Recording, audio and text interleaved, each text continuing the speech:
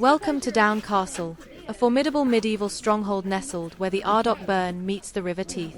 Look up at these massive stones.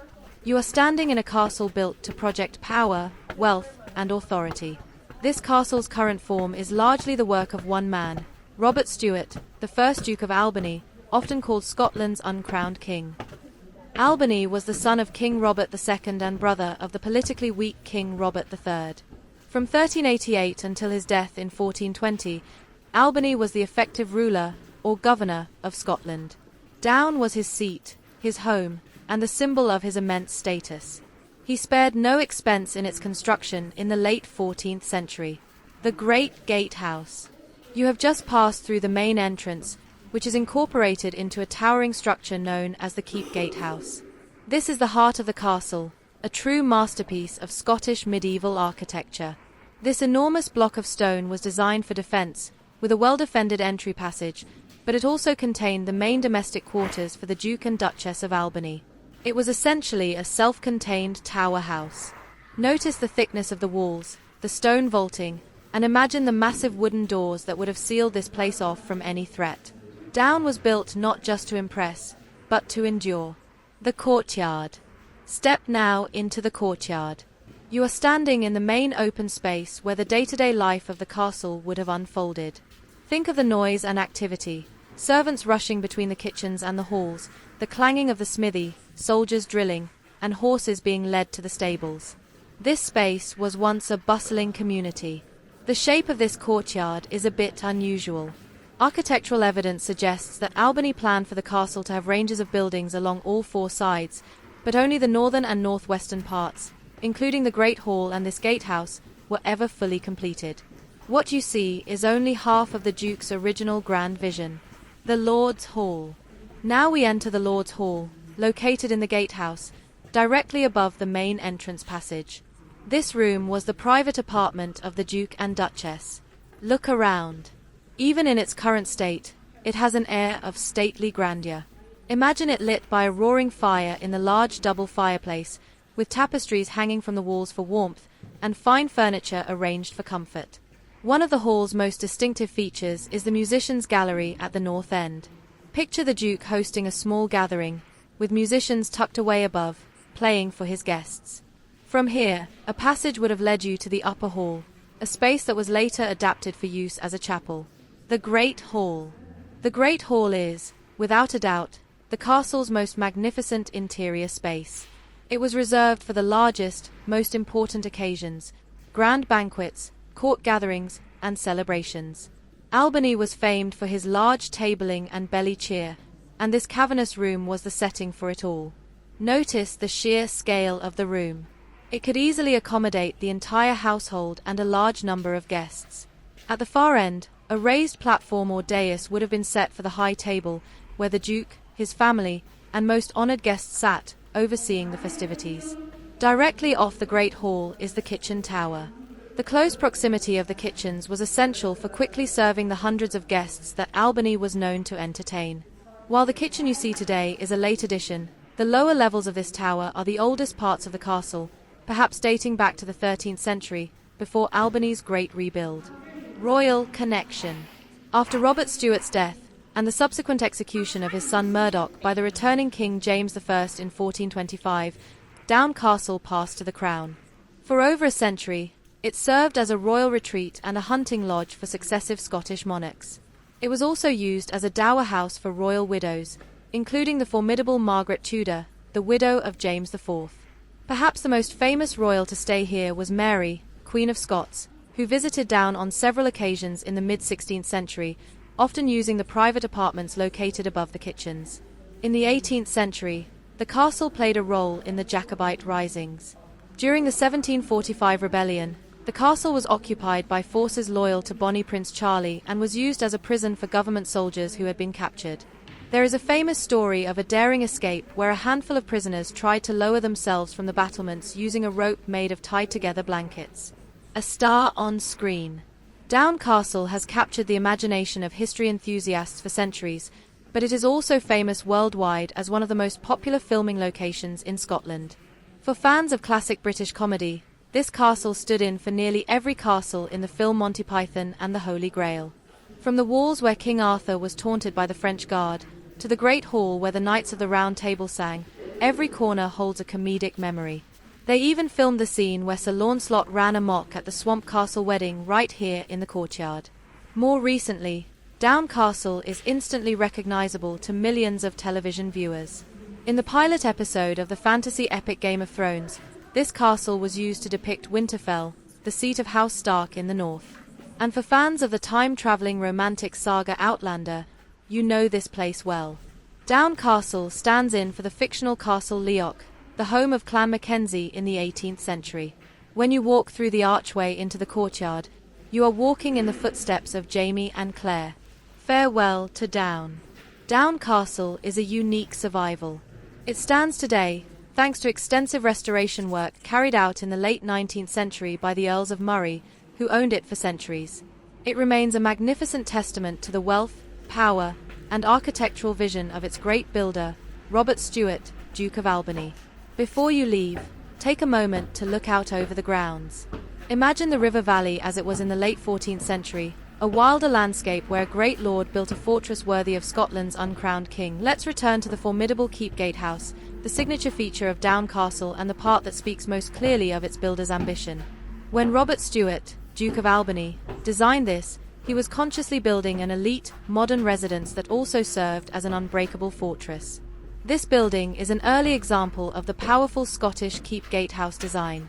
Instead of a separate central tower, Albany chose to incorporate his main residential apartments directly into the entrance tower, creating an immense, 50-foot-high block of stone. This was both a practical and a psychological choice. Every visitor, no matter how grand, had to pass through his domain, under his authority. Now, imagine the two private apartments contained within this tower. The first, the Lord's Hall, which we've already discussed, was for smaller, more intimate dining and entertaining. Above it was the Upper Hall. Unlike the Lord's Hall, which was restored in the 19th century, the Upper Hall is much less adorned, which gives you a truer sense of the raw, medieval structure. In this Upper Hall, you can still clearly see the vast, recessed central alcove that once housed a large, screened-off fireplace. This room also served a solemn purpose. The deep niches set into the wall tell us it functioned as a private chapel. Picture the Duke or Duchess standing here, overlooking a temporary altar, conducting their daily prayers. It was a space of quiet contemplation, far removed from the boisterous court life below. Knife the kitchen tower and the castle's economy. Let's move to the other main structure, the kitchen tower, situated at the opposite end of the Great Hall. In a castle, the kitchens are more than just a place to cook. They are a vital engine of power. Albany's hospitality was legendary. He hosted vast numbers of lords and ladies, and that required an enormous, constant supply of food. The kitchen we see today gives us an idea of the logistics involved. Look closely at the enormous hearths and the remnants of the bread oven. Cooking for 100 or more people, twice a day, every day, meant roasting whole animals and baking vast quantities of bread.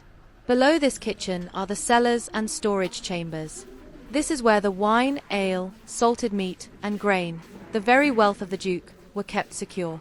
The successful running of this castle was a complex logistical exercise, relying on a huge network of retainers, cooks, scullions, brewers, bakers, and cellarers, all working constantly to feed the ruling class and the garrison. If you look carefully at the stone on the outside of this tower, you'll see a slightly odd fit with the rest of the walls.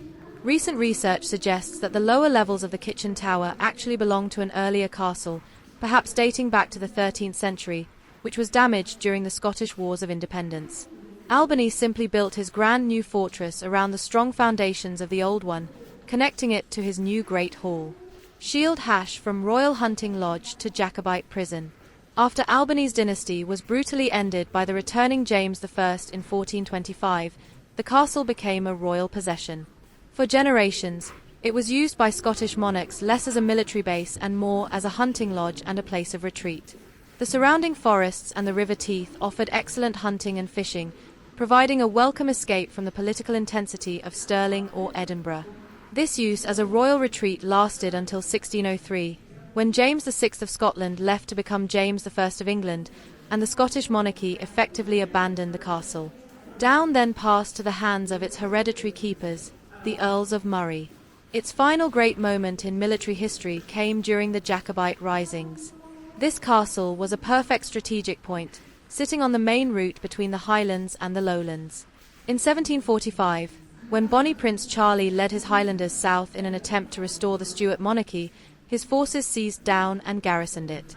It was used, infamously, as a holding cell for captured government troops. The harsh conditions and the desperate situation of the prisoners gave rise to the dramatic story of the escape attempt.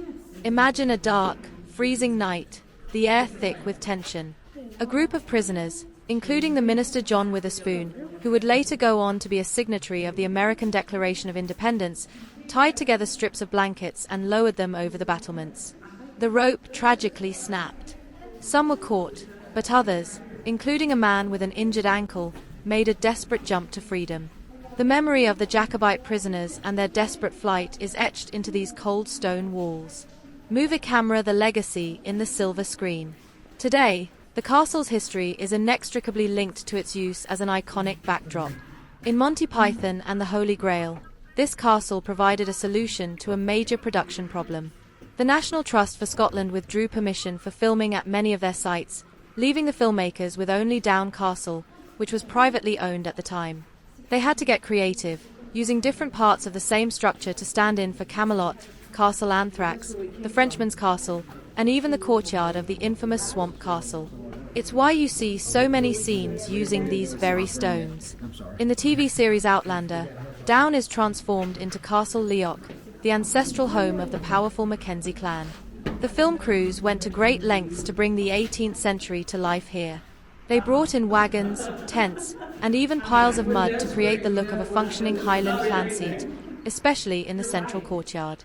The one part they couldn't film in was the actual kitchen. It was too small for modern equipment. Instead, they measured it precisely and built an exact replica on a soundstage to use for the interior kitchen scenes.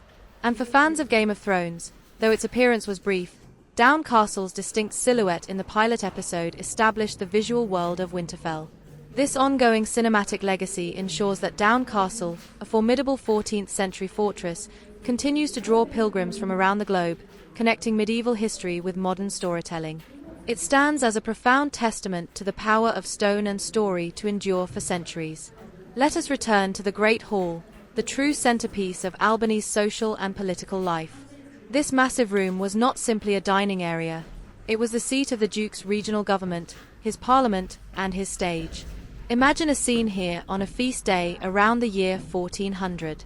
The room is filled with the heat from the immense central hearth, the smoke rising to the rafters. The original Great Hall would have had an open roof with a hole for the smoke, unlike the restored timber roof you see today. The air would be thick with the smells of roasting meats and rich sauces. Sunlight streams through the tall, narrow windows, illuminating the rich colors of the banners and tapestries that adorned the cold stone walls. The Duke of Albany, surrounded by his family and the highest-ranking nobles, would preside from the elevated dais at one end of the hall. This separation was crucial. It physically enforced the hierarchy of the medieval court. The further you sat from the high table, the lower your status. The long tables running the length of the hall would be packed with knights, barons, and their retinues. Entertainment was provided by traveling minstrels and troubadours, their music drifting down from the musicians' gallery above the main entrance. This was where Albany cemented alliances, heard petitions, passed judgment, and displayed the wealth that backed his position as the effective ruler of Scotland. Life in the castle revolved entirely around this great room, the visible symbol of the Stewart dynasty's power. Architectural innovation, a statement in stone. Doune Castle, even in its uncompleted state, stands as a landmark in Scottish medieval architecture. It represents a transition point in castle design. Earlier Scottish castles were often simpler tower houses, focused solely on defense. Doune, however, embraces the courtyard plan, typical of grander European fortifications, but with a uniquely Scottish twist, the massive residential keep gatehouse. This gatehouse, which combines the main defense with the owner's private apartments, was a brilliant piece of integrated design. It meant that Albany could be secluded in comfort, yet remain in the most fortified part of the entire complex, overlooking the main point of entry. Note the stonework. It is largely ashlar, finely cut and dressed stone, which was expensive and difficult to work.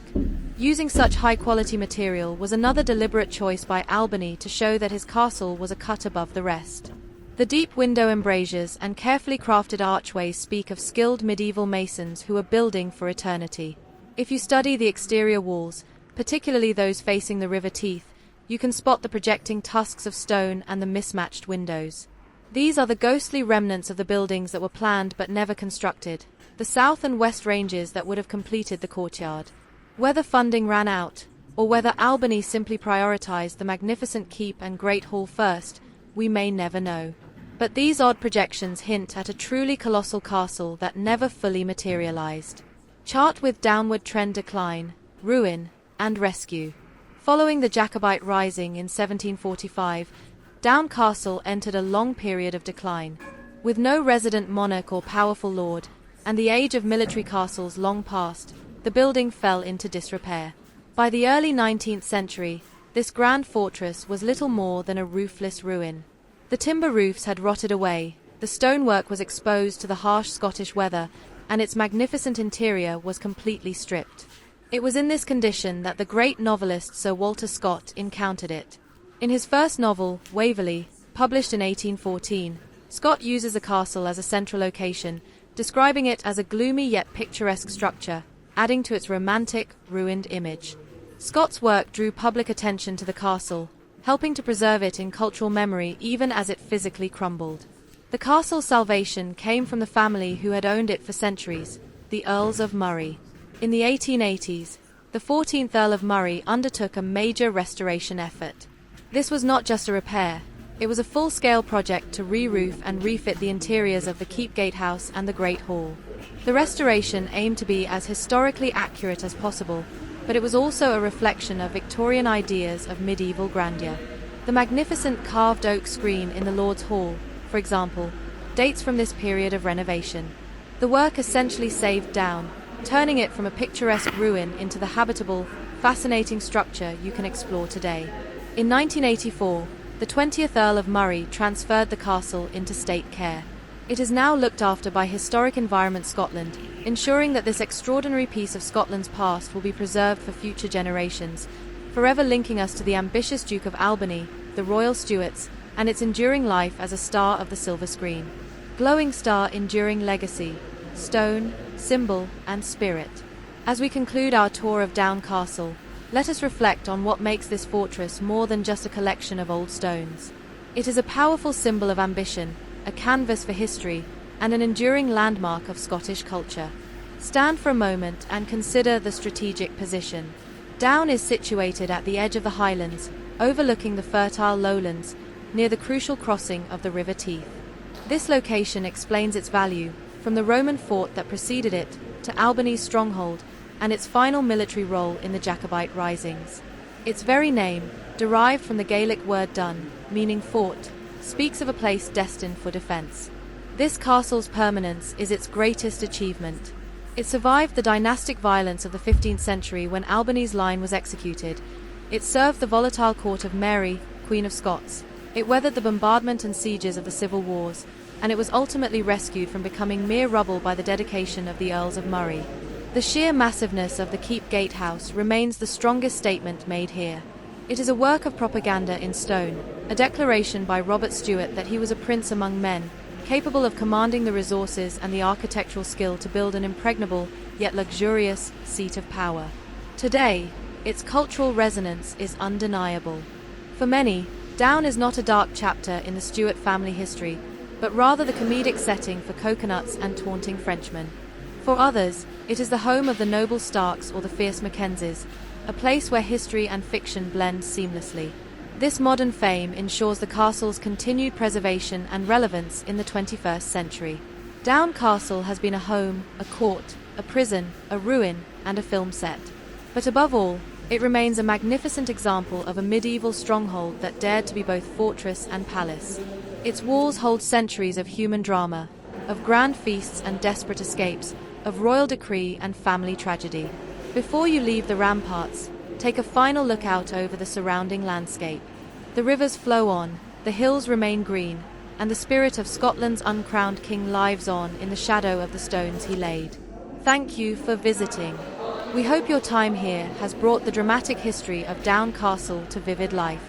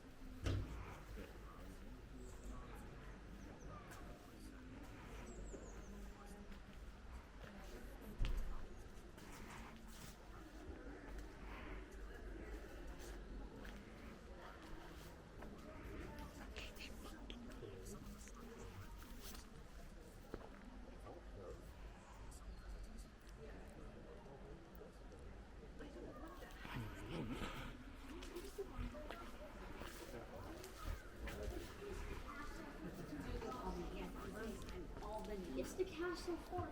I'm saying Albany, New York is named after the Duke of Albany.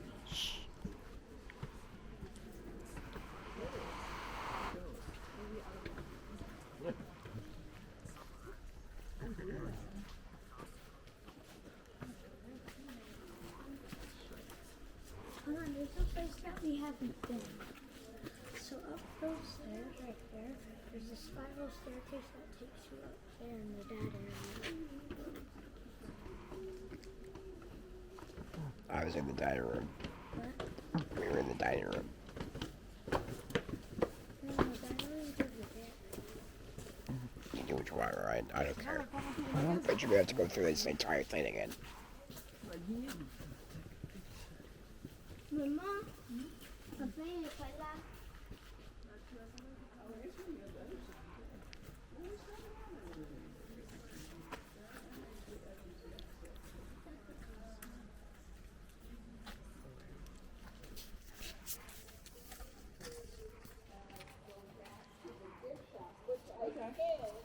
You can get it through this way.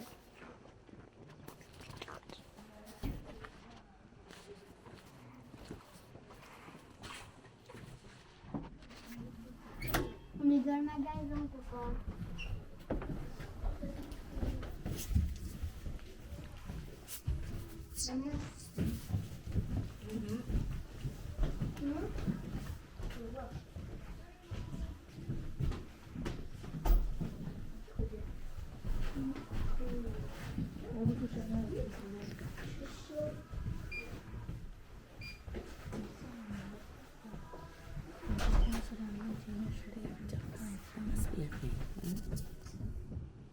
I'm gonna go back to my phone and get the doctor.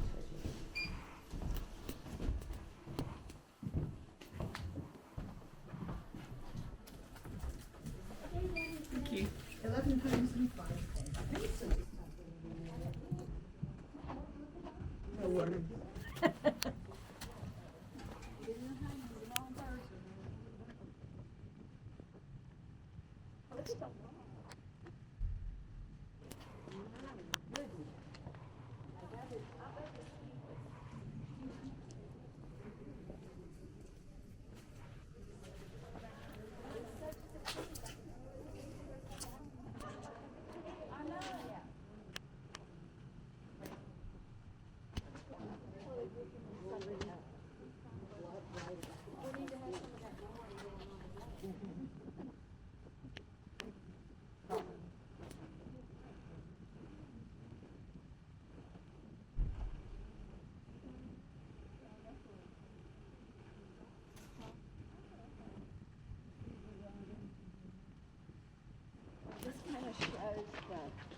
You go in there. If you haul it as garbage, yes, go in there.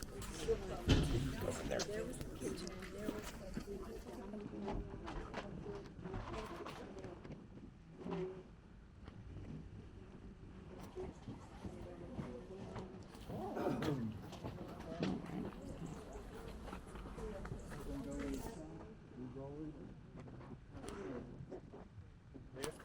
Come on, let's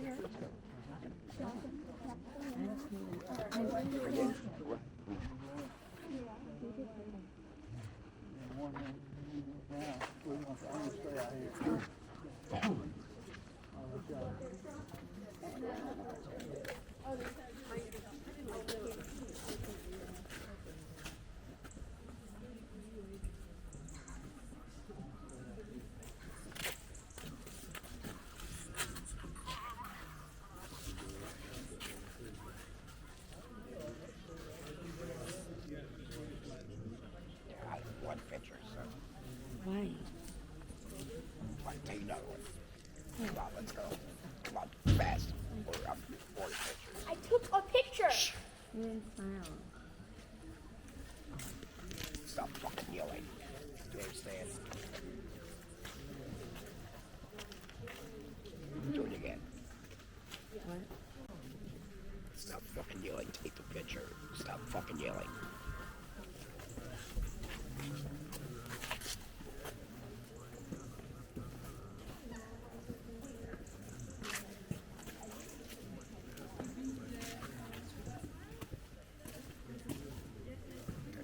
Alright, then don't do it anymore. I don't care. Then I don't fucking care.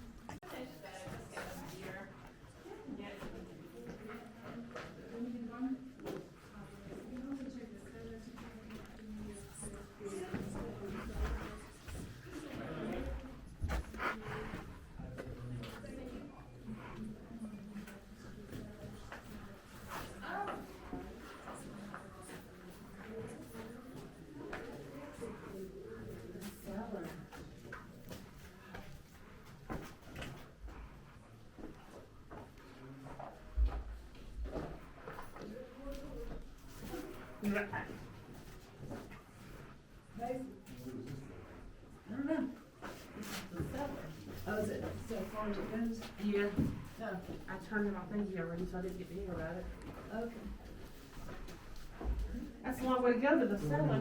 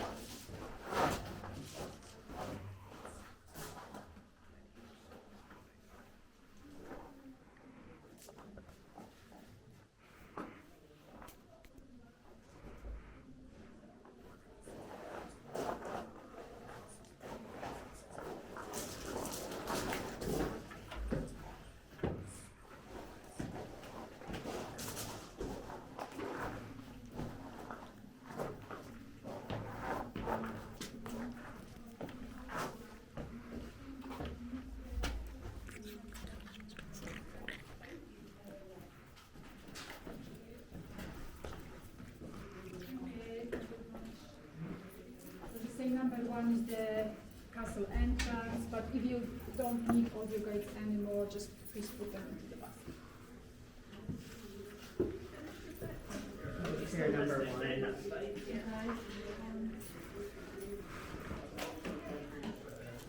Yeah, number one's the last one Alright. if you want to listen to it. Yeah, good. Okay.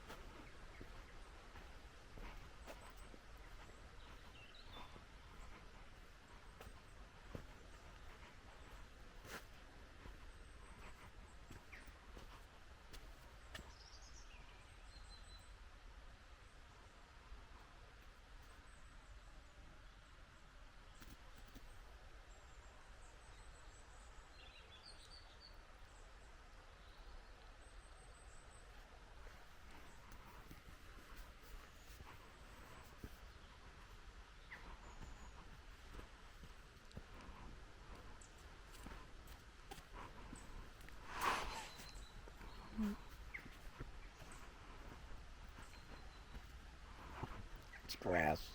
What? It's grass. Yeah. Don't walk on that. No, I want to go back and go to the bathroom. Okay. I'm taking a picture of you. No. Yes. You don't even take the pictures. Can't you even smell? Take.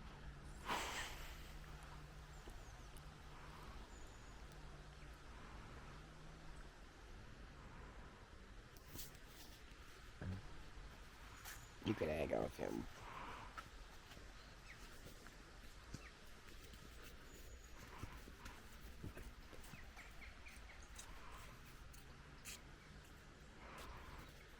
Alright, let's go to the cottage where they say a bathroom is. That's for girls. You can go.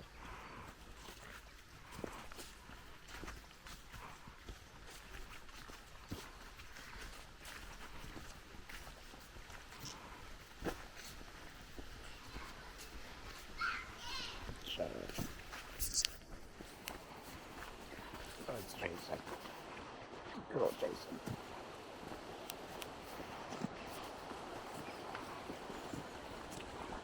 Look, it's girl Jason.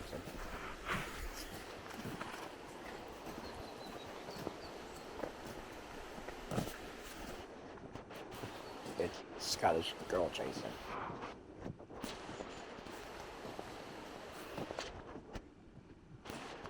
We'll leave in 10 minutes. Do you know that?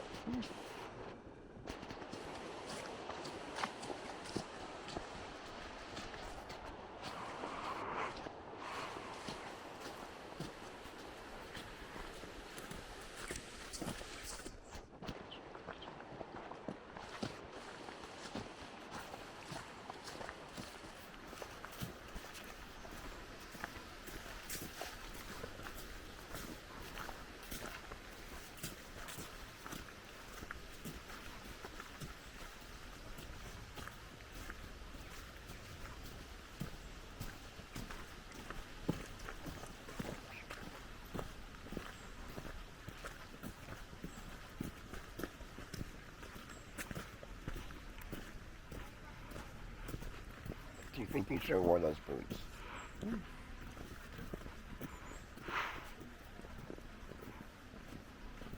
Oh Christ, this Australian bitch.